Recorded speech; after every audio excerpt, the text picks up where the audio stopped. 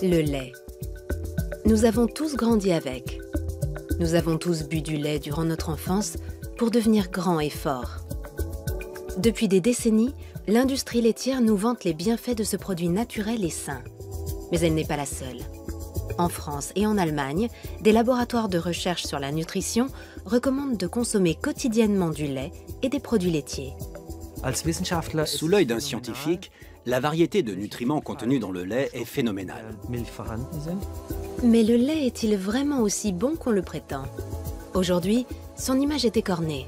Et depuis plusieurs années, les pros et anti-lait se livrent un combat acharné. Le lait, sous sa forme actuelle, n'a plus grand-chose en commun avec le lait tel qu'il était à l'origine. Pour ses détracteurs, le lait favorise les maladies dites de civilisation, comme les allergies, le diabète, la migraine et même le cancer. Le lait est un dopant biologique. Nous sommes face à un système qui stimule en permanence notre croissance. Je pense que les maladies de civilisation sont dues à une croissance trop rapide. Dans la bataille du lait, pro et anti-lait s'accusent mutuellement d'alimenter la polémique. Résultat, le lait et ses dérivés comptent aujourd'hui parmi les aliments les plus sujets à controverse. On étudie, on regarde, on n'est pas comme ça dans ce combat. Moi, je n'ai pas de combat, c'est les anti-laits qui sont en combat. Alors, qui croire? Le consommateur est désorienté. Le lait est-il bon pour la santé? Ou est-il responsable de certaines maladies? Nous avons voulu faire toute la lumière sur cette question.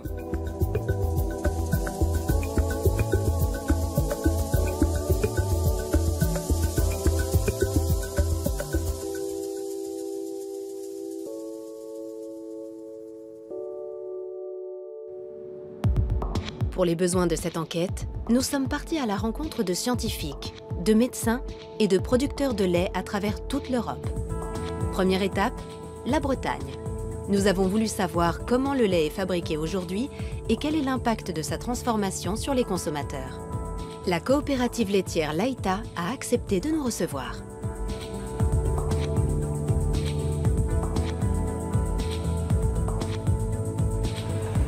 Chaque jour, 40 camions-citernes livrent le lait des éleveurs, soit 1 million de litres par jour.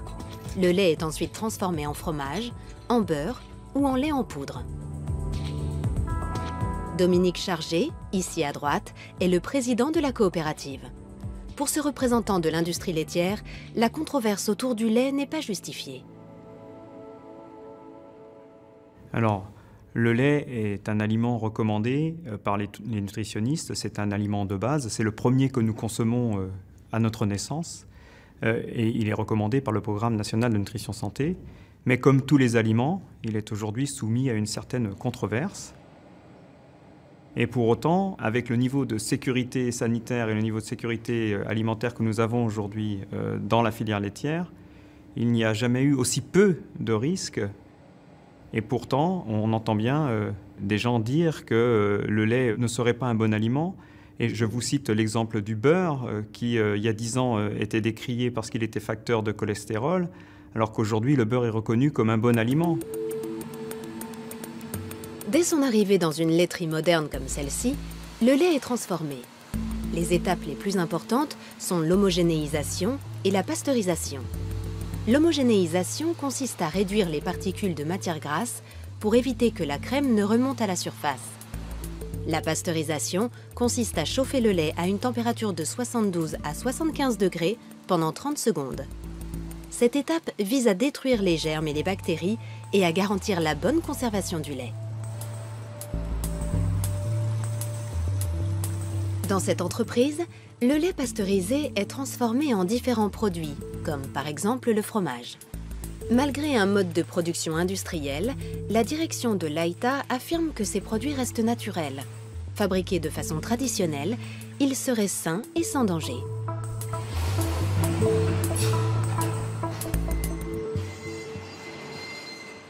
Nous fabriquons des produits à base de lait, comme le beurre, comme le fromage, comme les yaourts, de la même façon que nous les fabriquions il y a 40 ans, 50 ans.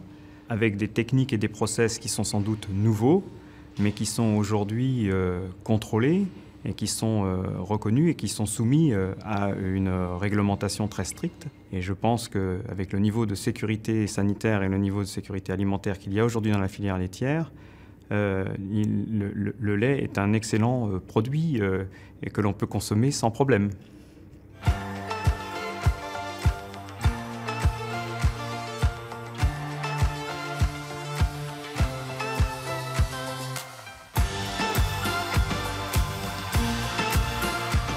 Et vous, c'est quoi votre milk moment? Le lait serait donc sans danger? Ce n'est pas l'avis de certains spécialistes. Nous poursuivons notre voyage à Innsbruck, dans les Alpes autrichiennes. Notre objectif, découvrir si la transformation du lait a un impact sur notre santé.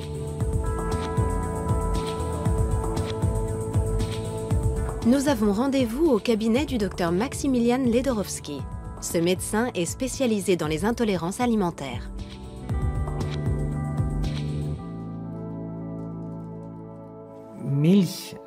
Le lait, sous sa forme actuelle, n'a que très peu de points communs avec le lait tel qu'il était à l'origine. Il subit entre 20 et 30 étapes de transformation, allant de la montée en température, en passant par le stockage, le refroidissement, l'homogénéisation, puis la pasteurisation, à la séparation des globules, des matières grasses, etc. À la fin, entre le produit de départ et le produit d'arrivée, il n'y a que le nom qui soit resté le même. Parmi les patients du docteur Ledorowski, beaucoup souffrent d'intolérance alimentaire. Des pathologies qui, selon lui, sont souvent liées aux méthodes de transformation de l'industrie agroalimentaire.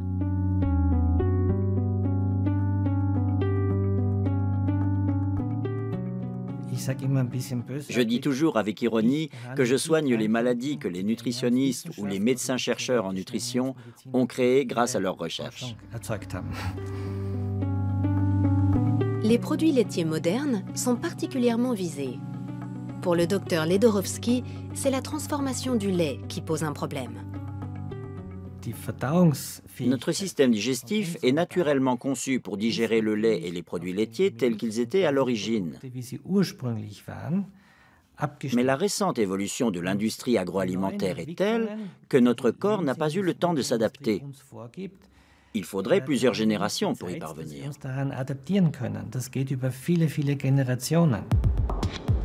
Les méthodes de transformation modernes ont-elles fait du lait un produit industriel difficile à assimiler? Voyons ce qu'en pensent les établissements de renom spécialisés dans la nutrition. En France, l'Institut Pasteur de Lille est le premier centre de recherche fondamentale au monde.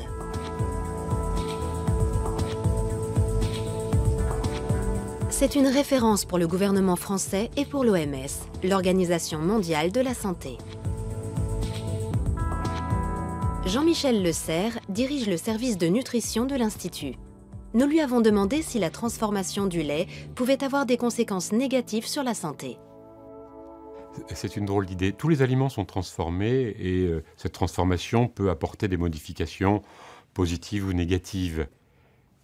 Les études qui sont faites sur les effets du lait sur la santé ont été faites chez des consommateurs de ces laits transformés, UHT, homogénéisés, pasteurisés.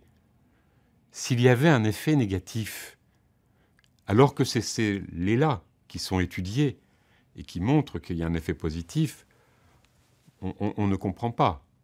Donc il y a peut-être des transformations qu'il faut étudier, qu'il faut analyser, peut-être rectifier, mais en tout cas, il n'y a pas d'effet négatif notable significativement. Pour le professeur Le Serre, le lait est un aliment fondamentalement sain et sa transformation sans risque. Il soutient donc la recommandation officielle des autorités françaises qui conseillent de consommer 3 produits laitiers par jour. Le lait est particulier pour au moins 2 raisons. La première, c'est qu'il a une composition particulière et assez exceptionnelle. C'est un des aliments qui a la plus grande diversité en nutriments. Et l'autre raison qui me semble plus importante encore, c'est l'aspect symbolique de l'aliment. Le lait est l'aliment qui nourrit le petit. Et cette symbolique lui donne une force particulière.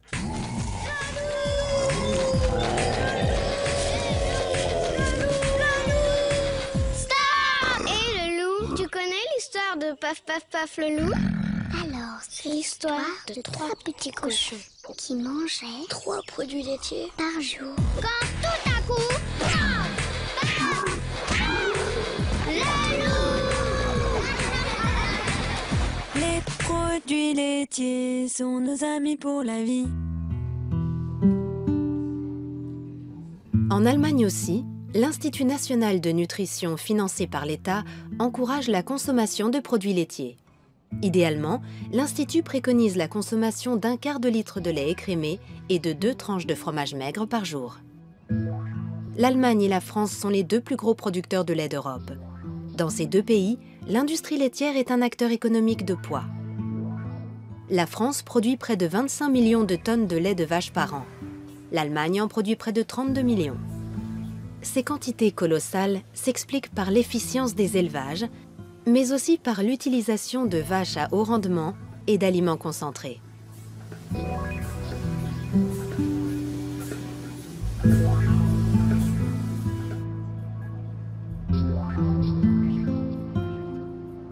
Intéressons-nous maintenant aux méthodes de fabrication dites conventionnelles. Nous nous rendons à la ferme Penneland, dans le nord de l'Allemagne. Philippe Kowolik dirige l'exploitation. Notre ferme compte 1 millier de vaches qui produisent du lait tous les jours. Il y a 3 traites quotidiennes et nous avons 4 étables distinctes, dans lesquelles les bêtes sont réparties en 6 groupes.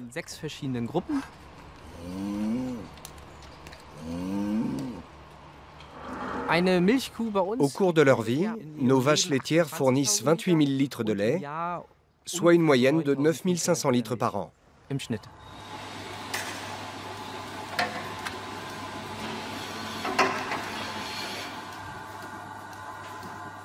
Pour une ferme conventionnelle, nous sommes légèrement au-dessus de la moyenne. Pour obtenir encore plus de lait, nous surveillons l'état de santé de nos bêtes et leur durée d'exploitation. Pour qu'une vache donne beaucoup de lait, elle doit être en bonne santé. Elle doit se sentir bien, sinon elle ne donnera pas beaucoup de lait. Tout va bien? Oui, super. Elles ne bougent pas. Ça prouve qu'on fait les choses bien. Elles ne sont pas nerveuses, elles ne nous repoussent pas et se laissent faire.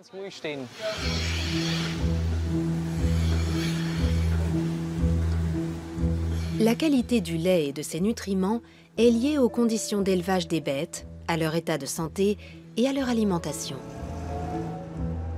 Ici, les vaches sont nourries avec de l'herbe et un mélange d'aliments énergétiques composés de maïs, de résidus de céréales et de colza. Autrement, elles ne seraient pas aussi productives. Mais à l'origine, les vaches ne sont-elles pas exclusivement herbivores? Les vaches laitières d'aujourd'hui ont besoin d'aliments concentrés. Si on leur laisse le choix entre de l'herbe et des aliments concentrés, elles iront en premier vers les aliments concentrés. Les vaches ont un certain besoin d'énergie que nous devons satisfaire. On ne peut pas les comparer aux bovins d'il y a 2000 ans. C'est impossible. Une vache à haut rendement, donc qui donne beaucoup de lait, est plus saine car elle est surveillée. Seule une bête bien soignée peut être en bonne santé et donner beaucoup de lait. Une vache ne fait pas ça toute seule. Le lait ne tombe pas par magie dans la cuve ou dans la bouteille. Avoir des animaux en bonne santé et productifs demande beaucoup de travail. Pour Philippe Kowolik, un élevage ultra performant n'a pas d'impact négatif sur la qualité du lait. Au contraire, dans l'ensemble, le lait serait même meilleur. Les nutriments sont restés les mêmes. Si on regarde 20 ou 30 ans en arrière, rien n'a changé. La qualité du lait s'est même améliorée grâce à la chaîne du froid, toujours à 4 degrés. Il faut refroidir le lait très vite. Ensuite, il part à la laiterie dans des camions-citernes. Toute cette chaîne est extrêmement efficace. Elle est contrôlée en permanence. Une fois par mois, on vérifie la qualité du lait de chaque vache. Il y a tellement de contrôle que je peux affirmer en toute bonne conscience que la qualité du lait s'est améliorée. C'est indéniable.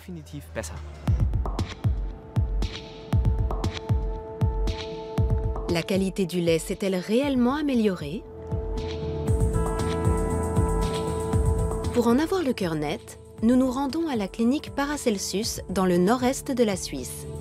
Ce centre de médecine globale propose, en plus de la médecine conventionnelle, des méthodes complémentaires comme l'homéopathie. Thomas Rau est le médecin-chef de la clinique. Depuis des années, il dénonce les méfaits des produits laitiers, plus précisément ceux d'une protéine contenue dans le lait, la bêta-lactoprotéine, qui peut provoquer des allergies. Les vaches ont changé. Elles sont nourries différemment. Chez la vache aussi, l'alimentation joue un rôle essentiel, car ce qu'elle mange se retrouve dans son lait. De nombreuses analyses prouvent que le lait a fondamentalement changé depuis 1983. Il contient désormais beaucoup plus de bêta-lactoprotéines. De façon générale, il est plus riche en protéines. En revanche, il contient nettement moins d'acides gras de type oméga 3. Il a également perdu énormément d'oligo-éléments. En définitive, le lait est quasiment devenu un produit industriel. Ce n'est plus le même lait. Quelles sont les conséquences d'une telle évolution sur l'homme? Pour le savoir, nous reviendrons plus tard vers le Dr Rau. En attendant, peut-on penser qu'il y a moins de risques avec le lait bio? Et quelle est la différence entre le bio et le conventionnel? Nous poursuivons notre voyage en Suisse à la ferme Rheinau. Cette exploitation bio observe le cahier des charges strict des directives écologiques Déméter. La ferme compte 70 vaches seulement. Elles ont encore des cornes et chacune a un petit nom. Martin Ott est un agriculteur bio. Il est aussi l'ancien directeur du site. En termes de production, Martin Ott s'est fixé pour objectif de ne pas mettre ses vaches sous pression. Il y a 200 ans, la championne du monde produisait environ 2000 kilos de lait par an. Aujourd'hui, on en est à 27 000. Une telle quantité de production ne peut se faire qu'au détriment de la santé des bêtes. En plus, nous avons des surplus de production. Résultat, les prix baissent, la pression augmente encore plus, et nous voici dans la spirale que nous connaissons. Mais j'ai fait une découverte formidable. Il suffit de bien comprendre la vache. Il faut la comprendre dans ce qu'elle fait de mieux, et lui rendre ce rôle qu'elle a toujours joué, et qui consiste à manger de l'herbe.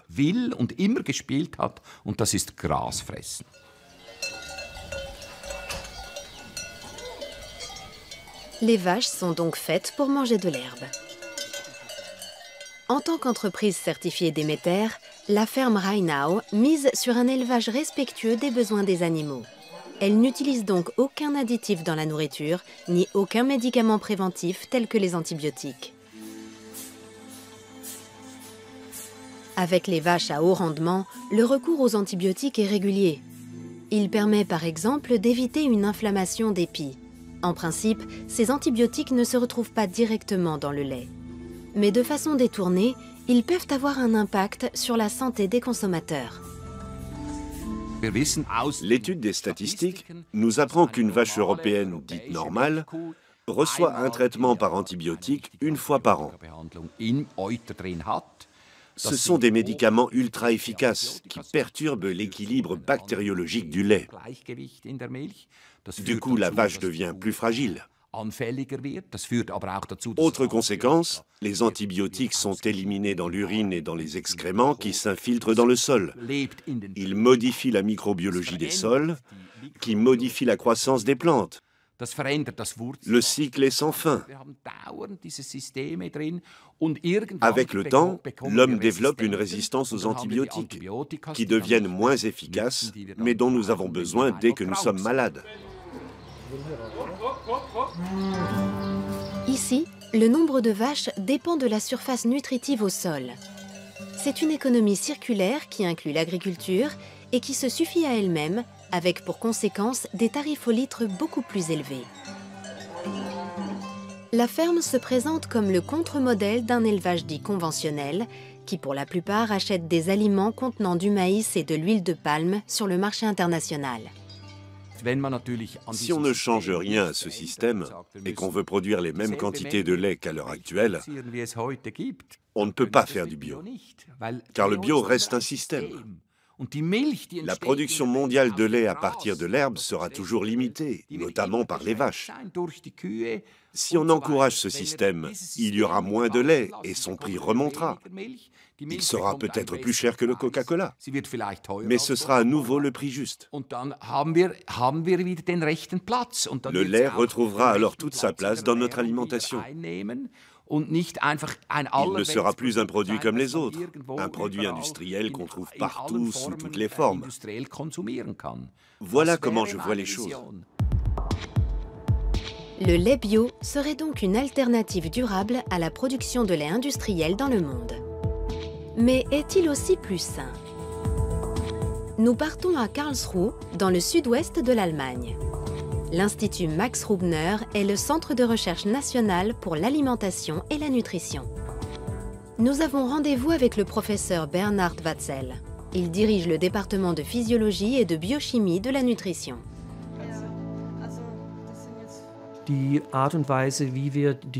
La façon de nourrir les vaches a des conséquences sur la composition du lait. Avec les directives de production biologique, on constate un effet visible sur la composition en acides gras.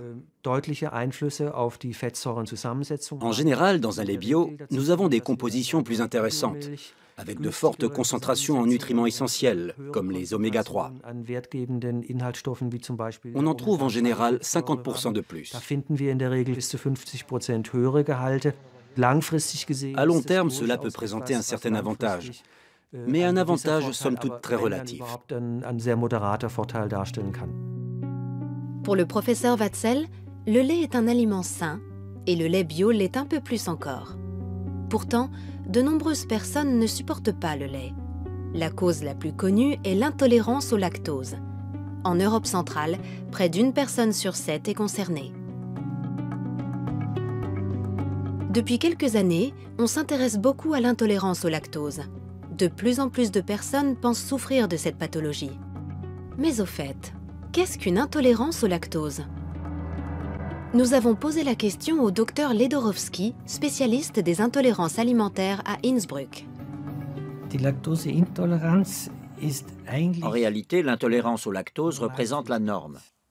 Car une fois sevré, 75% de la population mondiale perd de la capacité à digérer le lactose. Et lorsqu'il ne peut pas être digéré, le lactose est fermenté par les bactéries qui se trouvent dans l'intestin. Le problème, c'est que ces produits de fermentation peuvent provoquer des maux de ventre, des diarrhées, des ballonnements, etc.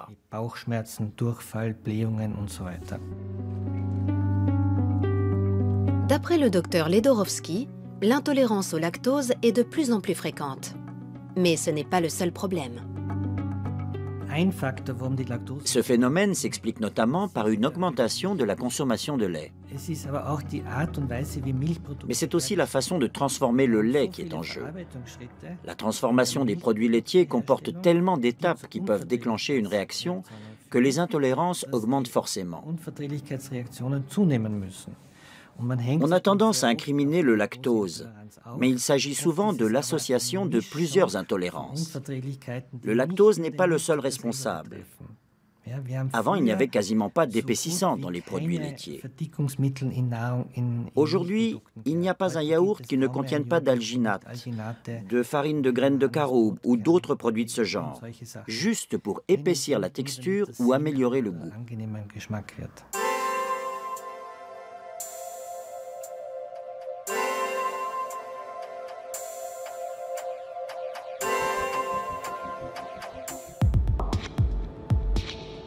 La publicité pour les produits laitiers incite à consommer plus de lait. En même temps, les intolérances sont de plus en plus nombreuses. Et le lactose n'est pas le seul en cause. Bien souvent, les symptômes sont inattendus. Cet homme en a fait l'expérience. Alain Gouriou vit avec sa famille près de Paris. Avant, il mangeait plusieurs yaourts par jour. Puis, il a commencé à souffrir de migraines. Il n'a d'abord pas fait le rapprochement avec sa consommation de produits laitiers. J'avais des maux de tête persistants, environ 2 à 3 céphalées par mois, qui pouvaient s'étaler sur 2 ou 3 jours si je ne les gérais pas avec de l'ibuprofène. Et donc, ça faisait partie de ma vie quotidienne. J'étais quelqu'un qui avait beaucoup de maux de tête. Donc je me suis dit, je vais aller voir un neurologue, et il se trouvait que ce soit le docteur Aranda. Le docteur Aranda exerce dans une clinique de Courbevoie en banlieue parisienne. Ce neurologue reçoit souvent des patients comme Alain Gouriou. 20 et quelques années que je conseille d'arrêter le lait aux gens qui ont des maux de tête, vous êtes peut-être le 3 millième à me donner le même témoignage. Donc la répétition de l'expérience est toujours un argument de véracité, si on peut dire. Alors, je suis arrivé donc dans le cabinet du docteur Aranda, je lui ai exposé mon problème qui était effectivement donc des céphalées assez régulières. Et il l'a posé à un moment, il m'a regardé, il a dit on va essayer quelque chose, vous allez essayer d'arrêter les produits laitiers et voir ce que ça donne. J'étais un peu déçu, je me suis dit tout ça pour ça, un mois d'attente, voilà, pour arrêter les produits laitiers. Donc c'est vraiment ça, enfin c'est la discussion qu'on a eue ensemble. Je pense que la dégradation, enfin la mauvaise dégradation du lactose va entraîner la production de déchets qui vont, comme tous les déchets, avoir des effets toxiques, un peu entre guillemets, hein, c'est une toxicité relative, mais une toxicité quand même, et qui vont générer des maux de tête. Simplement, j'ai des milliers de patients qui avaient des maux de tête et qui ont vu leurs maux de tête disparaître quand ils ont arrêté de consommer du lait. Bien, et les maux de tête, donc il n'y en a pratiquement plus. Il y en a eu quelques-uns récemment qui sont revenus, mais vraiment, enfin pas aussi, vraiment... Très léger. Très très léger, voilà.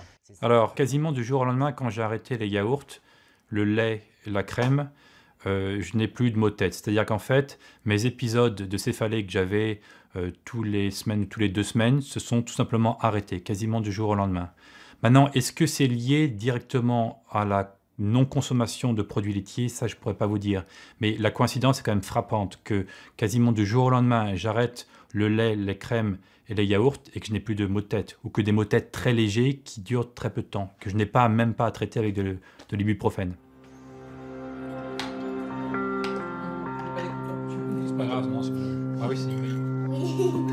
Aujourd'hui, c'est toute la famille Gouriou qui a en grande partie renoncé aux produits laitiers. Ils les ont remplacés par des substituts végétaux, comme le lait de riz. Beaucoup de gens qui consomment du lait avec des troubles intestinaux se plaignent d'être fatigués, de mal dormir, d'avoir la tête un peu embrouillée. Tout ça, ce ne sont pas des maladies, c'est pas bien étudié dans les études scientifiques, mais dans mon expérience, c'est vraiment très souvent mieux quand les gens ont arrêté de lait. Ils se sentent plus en forme, plus en forme, la tête plus performante, etc. Retour à l'Institut Max Rubner. Pour le professeur Watzel, nutritionniste, les expériences médicales comme celle du docteur Aranda avec ses patients ne justifient aucune extrapolation. Les expériences de certains médecins avec leurs patients sont individuelles et je ne les remets absolument pas en question. Le problème, c'est qu'il s'agit de cas isolés. Ça ne correspond à aucune méthodologie scientifique. On ne peut pas transposer ces cas isolés et ces expériences à l'ensemble de la population. Les personnes qui supportent mal les produits laitiers ne souffrent pas forcément d'intolérance au lait. Il peut aussi s'agir d'une réaction allergique. Pour éviter ces désagréments, le docteur Rao de la clinique Paracelsus conseille à ses patients de supprimer les produits laitiers de leur alimentation. Avez-vous eu des infections? Une seule, mais qui a vite disparu. En 2 jours, je n'avais plus mal à la gorge. Qu'avez-vous changé dans votre alimentation? J'ai supprimé le gluten et le lait. Bien. Et comment le vivez-vous? C'est supportable? Oui, c'est bon aussi. On s'y habitue. Tous les produits qui contiennent des protéines de lait de vache comme les yaourts, le fromage, la crème sous toutes ses formes et tout ce qui contient du lait sont des produits qui posent un problème parce qu'ils sont très allergisants.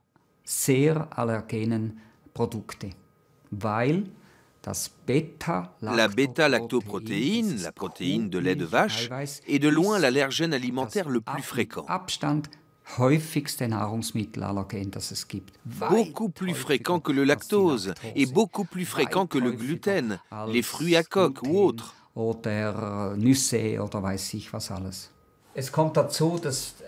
Avec 2 allergies alimentaires, chez vous le lait et le gluten, c'est 2 fois plus embêtant. Car elles peuvent détruire la flore intestinale et même la muqueuse intestinale. C'est tout le système immunitaire qui est perturbé.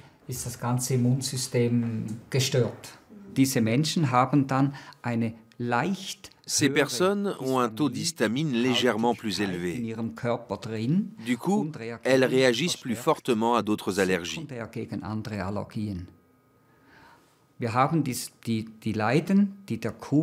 Les personnes allergiques au lait de vache, et plus rarement les patients allergiques au gluten, donc atteints de la maladie cœliaque, peuvent avoir des allergies secondaires. Elles peuvent être allergiques au pollen, aux fraises ou aux poils de chat. Ce sont des allergies croisées. Selon certaines estimations, environ 1% des adultes en Europe centrale seraient allergiques au lait de vache. À la clinique Paracelsus, en revanche, les chiffres sont beaucoup plus élevés. Si je considère mes patients entre guillemets normaux, ceux qui viennent juste faire leur bilan annuel, dans 60% des cas, je constate une allergie de type IgG4 à la lactoprotéine. Chez les patients atteints de maladies auto-immunes, on arrive à plus de 80%. Et chez les patients atteints d'un cancer, on est presque à 95%. Cela signifie que le nombre d'incidences augmente avec ces maladies. Et si je fais ce constat chez des centaines de patients, pour moi, ça a autant de valeur qu'une étude.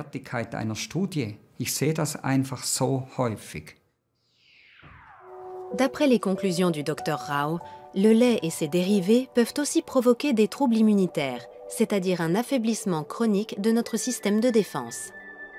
La conséquence est une plus grande fragilité face aux infections, comme l'angine chronique ou la sinusite chronique. 1 litre de lait contient le lait de plusieurs milliers de vaches. Et ces milliers de vaches sont traitées avec des antibiotiques. Et la pasteurisation modifie les protéines. Cela crée un désordre immunologique.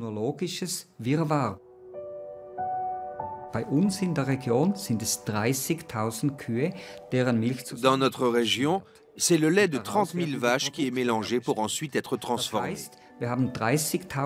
Cela signifie que nous avons 30 000 profils immunologiques individuels mélangés. C'est comme si une avalanche d'informations immunologiques s'abattait sur nos jeunes enfants.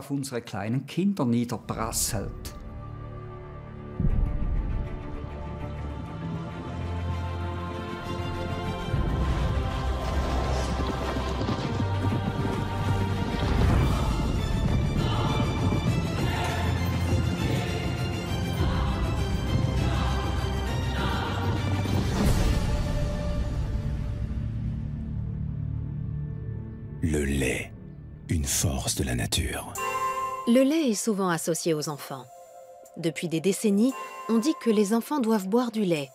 Nous avons tous grandi avec l'idée que le lait est bon pour la santé, que le lait fait grandir, que le lait renforce les os.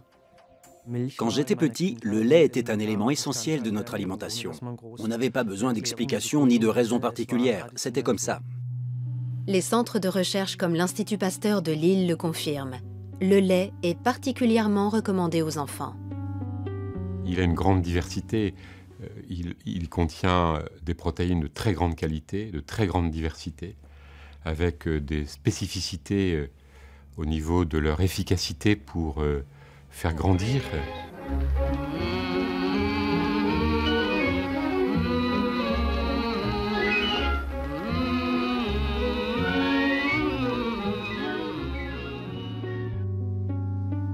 Mais pour les détracteurs du lait comme le docteur Ledorowski, médecin nutritionniste, il n'apporte aucun bienfait aux enfants ni aux adolescents, au contraire. Il y a quelques années, j'étais à un congrès de diabétologues à Leipzig qui présentait une étude nationale sur la consommation. Cette étude démontrait qu'une protéine animale ingérée par des enfants très jeunes présentait une corrélation importante avec leur surpoids à l'adolescence. Quand j'ai demandé quelle protéine animale, il y a eu un long moment d'hésitation. Puis on m'a répondu la protéine de lait. Vu sous cet angle, à l'heure actuelle, le lait n'a plus sa place dans l'alimentation de base des enfants après l'âge de 5 ans.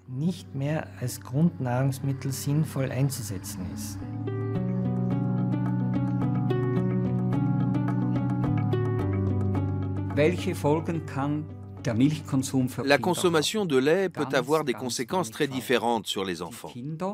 Ils peuvent développer des allergies, de l'asthme, et même à long terme, avec l'hyperstimulation du système immunitaire, des maladies auto-immunes.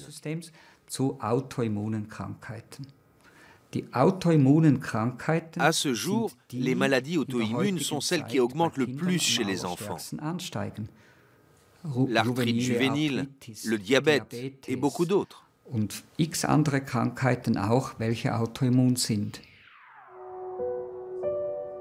Le lait est-il vraiment à l'origine de ces maladies? Le professeur Watzel ne voit aucun lien entre les deux. Les données scientifiques montrent que pendant l'enfance et l'adolescence, la consommation de lait n'a aucun effet négatif sur le poids ni sur le diabète. Au contraire, consommé de façon régulière et modérée, le lait a une action protectrice. Néanmoins, il faut bien regarder, surtout chez les enfants, quels produits on consomme. Car de nombreux produits à base de lait contiennent beaucoup de sucre ajouté.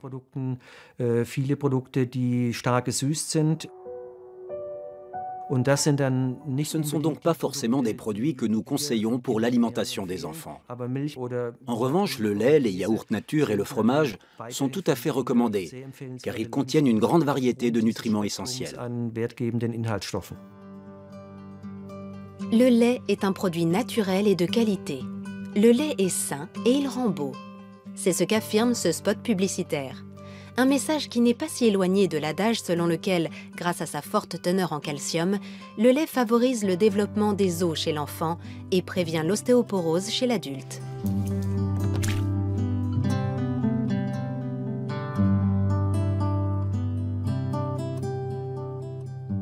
Toutes les études cliniques qui ont été faites, où on donne des produits laitiers ou du calcium à des personnes pendant une durée suffisamment longue, montrent que la densité de l'os augmente, la solidité de l'os augmente, la concentration en calcium de l'os augmente. Et donc, toutes les études montrent que les produits laitiers contribuent à la lutte contre l'ostéoporose, mais ne suffisent pas, car c'est une maladie complexe où les facteurs sont multiples. Le lait et ses dérivés sont riches en calcium, c'est un fait. Admettons maintenant que nous ayons besoin de 1200 mg de calcium par jour pour avoir des os en bonne santé. Cela voudrait dire que nous devons boire 1 litre de lait par jour. Cela signifierait aussi que tous les mammifères, une fois sevrés, n'ont plus cette source de calcium et sont sujets à l'ostéoporose. Par extension, toutes les personnes sevrées et intolérantes au lactose souffriraient d'ostéoporose. Or, on constate exactement le contraire. Dans les pays où l'intolérance au lactose est endémique, les cas d'ostéoporose sont beaucoup plus rares que dans les pays où il y a peu d'intolérance. C'est le cas de l'Allemagne et de la Scandinavie, où la consommation de lait est la plus importante. En Suède notamment, la consommation de lait est très élevée. Il y a 2 ans, une étude suédoise a fait couler beaucoup d'encre en France et en Allemagne. Selon cette étude, les personnes qui boivent beaucoup de lait ont un risque de fracture osseuse plus élevé et une espérance de vie plus courte.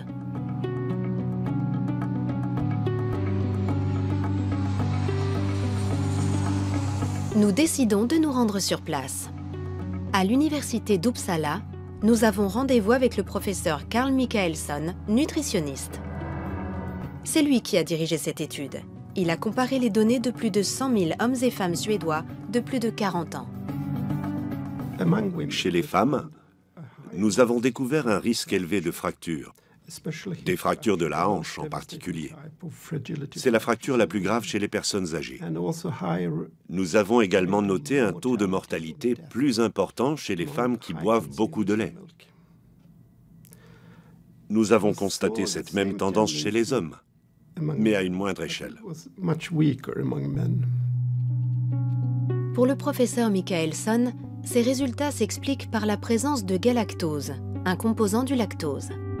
En laboratoire, les animaux qui ont reçu du galactose ont vu leur processus de vieillissement s'accélérer.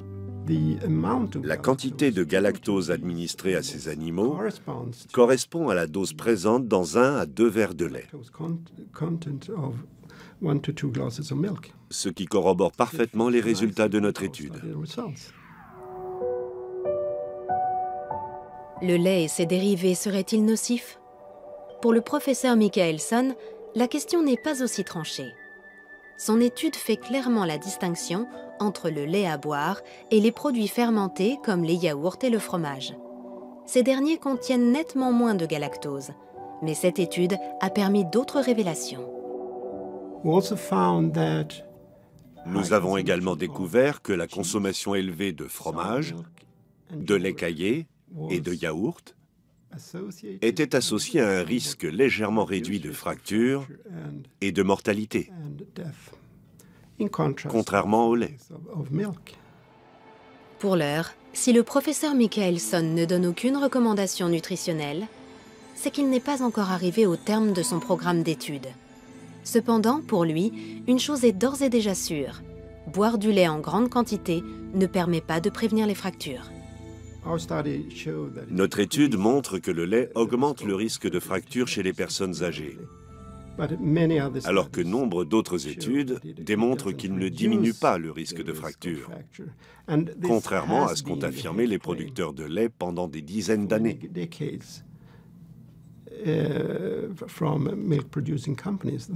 Ils prétendaient que boire de grandes quantités de lait permettait de renforcer les os, mais les preuves sont très maigres.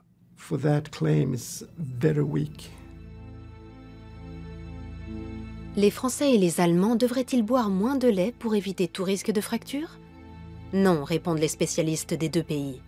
Les centres de recherche sur la nutrition maintiennent leur position, car la consommation de lait en Suède n'est pas comparable à nos pays.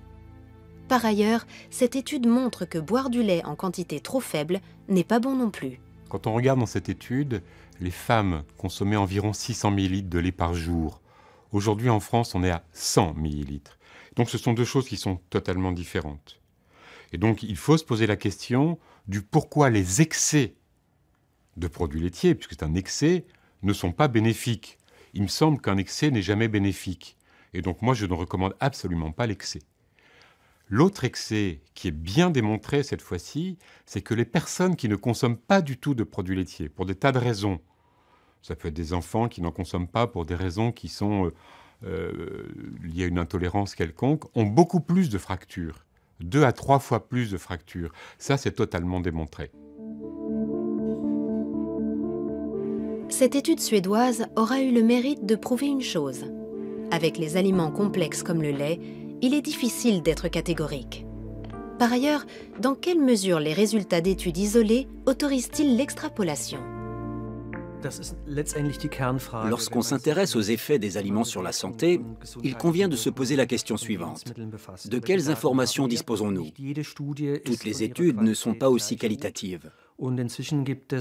La communauté scientifique a défini des critères bien précis afin de juger de leur bien-fondé. Quelle est la pertinence de ces données? S'agit-il d'observations pures ou d'expérimentation? Il existe toutes sortes d'études.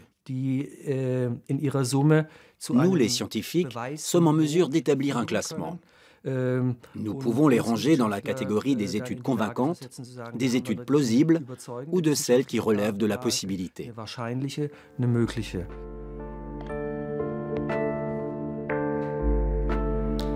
Pour la science, seule l'exploitation de plusieurs études est pertinente. c'est ce qu'on appelle les méta-analyses.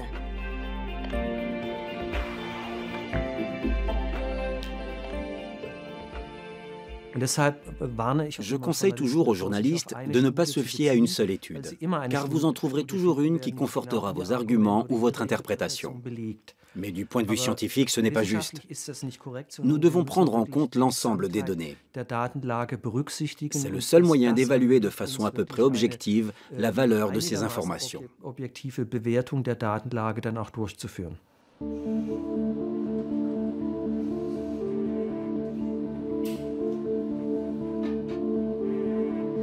Dans l'ensemble, les médecins qui, contre l'idée générale, recommandent de supprimer le lait, ne s'appuient pas sur des études. Ils préfèrent se fier à leur expérience thérapeutique avec les patients, même s'ils n'ont pas la reconnaissance scientifique que peuvent apporter des études. Qui est scientifique et qui ne l'est pas? Qu'est-ce qui définit le caractère scientifique d'une chose? Une étude, c'est l'analyse d'un groupe de personnes relativement important selon certains critères. C'est exactement ce que je fais. J'étudie un immense groupe de patients depuis 30 ans. Entre 100 et 300 personnes viennent ici chaque jour. Nous leur donnons des conseils et leur santé s'améliore.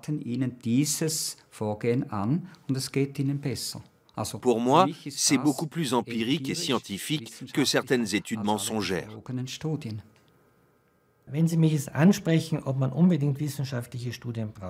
Si vous me demandez si ces études scientifiques sont vraiment indispensables, je vous citerai l'exemple de la migraine. Il n'y a aucune étude qui prouve scientifiquement ou statistiquement que les céphalées sont liées à la consommation de tel ou tel aliment. Pourtant, certaines personnes disent « Quand je mange du chocolat, j'ai mal à la tête. Quand je mange cet aliment-là, ça déclenche une migraine. » Mais je ne peux pas le prouver statistiquement. Pour autant, ces informations ont-elles moins de valeur que d'autres, alors que ma pratique me permettra d'en reproduire les effets?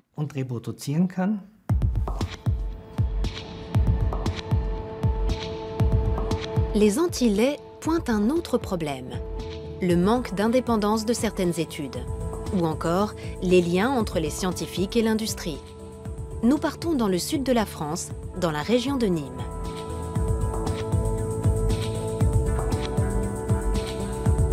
Thierry Soucard est journaliste scientifique. Il est aussi éditeur et auteur militant. Il a écrit plusieurs livres très critiques sur le lait. Son cheval de bataille, dénoncer les liens entre les spécialistes de la nutrition et l'industrie agroalimentaire en France. La recommandation française de consommer 3 à 4 produits laitiers par jour ne repose sur rien. Elle ne repose sur aucune base scientifique sérieuse. Elle ne repose que sur la proximité entre les pouvoirs publics français, les personnes qui décident de la nutrition en France et l'industrie laitière. Cette proximité, je l'ai exposée en donnant les noms des responsables français dans mes livres, sans jamais avoir eu de procès ni de demande de rétraction. Thierry Soucard pose un regard critique sur l'Institut Pasteur qui, selon lui, n'est pas tout à fait indépendant financièrement. L'Institut Pasteur de Lille est un institut qui est en situation financière délicate et qui donc dépend beaucoup de l'argent de l'industrie et notamment de l'argent de l'industrie laitière. L'Institut Pasteur est une fondation privée d'intérêt public, financée en grande partie par des missions de recherche et de conseil privés. Parmi les mécènes et les mandataires de ces missions, on trouve des groupes laitiers comme Danone et Lactalis. Il reçoit un tout petit peu de fonds de l'État, mais très peu, puisque je vous disais qu'il est autofinancé à 80%. Et puis le reste, c'est la vie d'un service de recherche comme les autres. Tous les services de recherche en France, tous, ont un double financement, qui est le financement propre ou financement de l'État et les financements privés. Tous les services de recherche en France sont comme ça.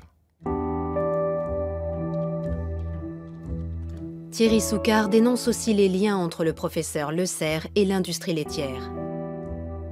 Le professeur Le Serre est membre du comité scientifique de l'OCHA, l'Observatoire CNIEL des habitudes alimentaires. Cette organisation est chapeautée par le Centre national de l'économie laitière. Pour Thierry Soucard, il y a conflit d'intérêts. Quel conflit d'intérêts? Moi, je fais partie de ce groupe bénévolement. Voilà, donc c'est un groupe de chercheurs, des sociologues, des psychologues, des nutritionnistes. On se réunit, on mène des travaux, on dirige des thèses, on organise des colloques.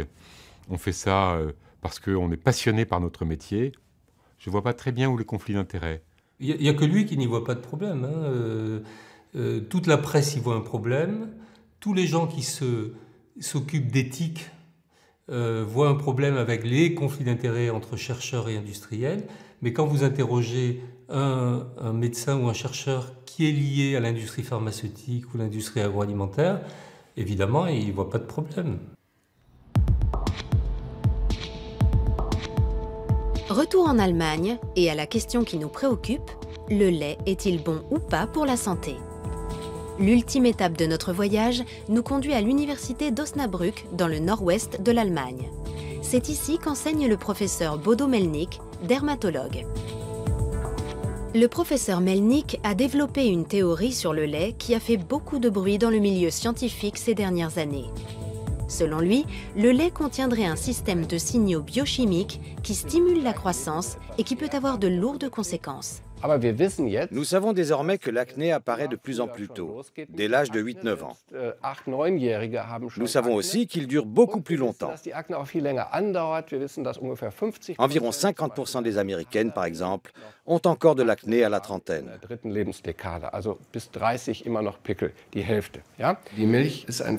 lait est un sujet passionnant. En 2008, l'université de Harvard a publié les résultats d'une étude épidémiologique. Celle-ci montrait pour la première fois que la consommation de lait favorisait l'acné. Je me suis demandé, mais comment est-ce possible? Comment le lait peut-il avoir une action sur les glandes sébacées? Il doit forcément agir de l'intérieur. En clair, il doit envoyer un signal.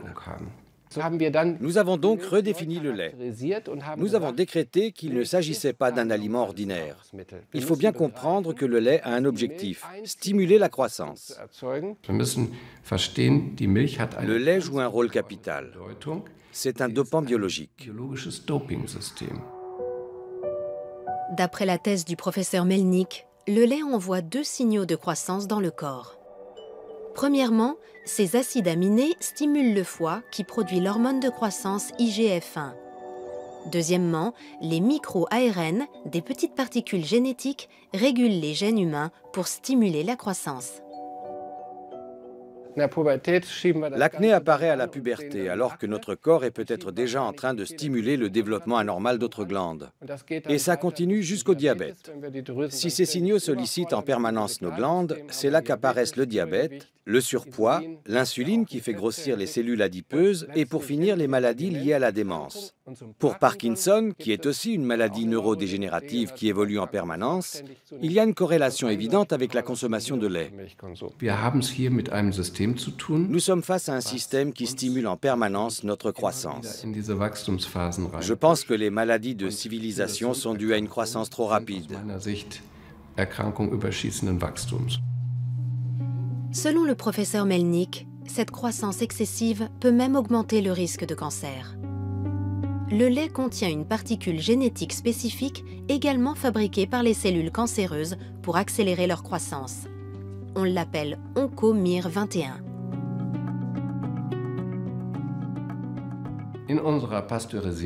En buvant du lait pasteurisé, nous absorbons des OncoMIR21. En effet, la particule génétique MIR21 du bœuf est parfaitement identique à celle de l'homme. C'est extrêmement dangereux. Je pense que le lait pasteurisé devrait être retiré de la vente.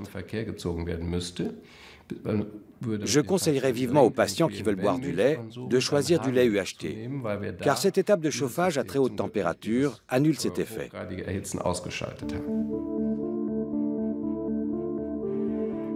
La théorie du professeur Melnick est encore isolée. La plupart des spécialistes en nutrition la rejettent en bloc. C'est le cas du professeur Watzel de l'Institut Max Rubner. J'ai rencontré le professeur Melnick à plusieurs reprises. Nous avons eu de longues discussions, parfois même au sein d'un comité d'experts. Son hypothèse est intéressante, mais il n'a aucune preuve dans la pratique. Les données issues d'études expérimentales ou d'observations sur des humains indiquent le contraire. En clair, la majorité des études démontrent qu'il n'y a aucun rapport entre le lait et les maladies de civilisation. Seules les études sur le cancer sont plus nuancées. Si la consommation de lait augmente légèrement le risque de cancer de la prostate, elle diminue celui du cancer du côlon. Et pour les autres formes de cancer, les chercheurs ne voient aucun lien avec le lait. Pour ce qui est du cancer, il faut bien faire la part des choses. La seule conclusion pertinente du point de vue clinique concerne le cancer de la prostate, pour lequel une forte consommation de lait peut avoir des effets négatifs. Nous arrivons au terme de notre voyage. Savons-nous à présent si le lait est bon ou mauvais pour la santé? Les réponses sont contradictoires, les études pas vraiment parlantes. Alors qui croire? Les scientifiques qui ne jurent que par les études? Ou les médecins qui s'en remettent à leur expérience clinique? Si vous me demandez, je vous dirai que c'est moi qu'il faut croire. Je pense tout simplement que j'ai raison et que mon expérience personnelle le confirme. Je nage peut-être à contre-courant, mais je suis médecin. Je pratique la médecine traditionnelle et non la médecine parallèle. Je ne me base pas sur des croyances ésotériques quelconques, mais purement et simplement sur des études que j'ai menées moi-même et sur mon expérience personnelle. L'expérience face à la science. Pour la plupart des spécialistes en nutrition, les anti-laits sont des agitateurs motivés par des raisons idéologiques. Il faut séparer l'idéologie et la nutrition, ne pas moraliser la nutrition. Que le lait ne convienne pas à certains, c'est tout à fait normal. Qu'il ne soit pas parfait, c'est tout à fait normal. Qu'il y ait des études qui soient complexes et contradictoires, c'est normal. On étudie, on regarde. On n'est pas comme ça dans ce combat. Moi, je n'ai pas de combat, c'est les anti-laits qui sont en combat. À travers la publicité, l'industrie laitière a toujours tout fait pour préserver l'image du lait. Et ça marche. Malgré les critiques, l'image positive du lait ancrée dans l'esprit des consommateurs est restée intacte.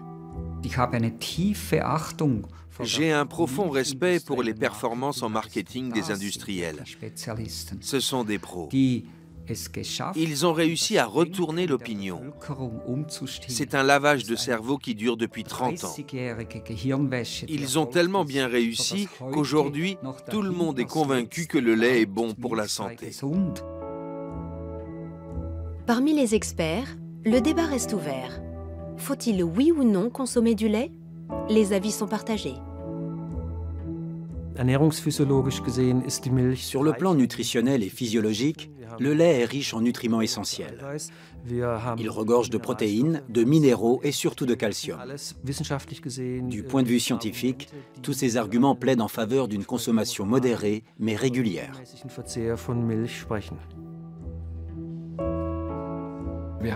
Ces produits sont désormais présents dans de nombreux domaines de notre alimentation. À mon avis, nous sommes clairement dans l'excès. Au bout de plusieurs dizaines d'années, cela entraîne une stimulation excessive. L'effet n'est pas immédiat. Il est long, insidieux et peut donc passer inaperçu. Notre enquête a révélé plusieurs choses. Le lait provoque plus de désagréments qu'on ne le pense. Sa suppression peut permettre à l'un ou l'autre patient de retrouver un certain équilibre. Quant à savoir s'il peut favoriser certaines maladies, les avis divergent.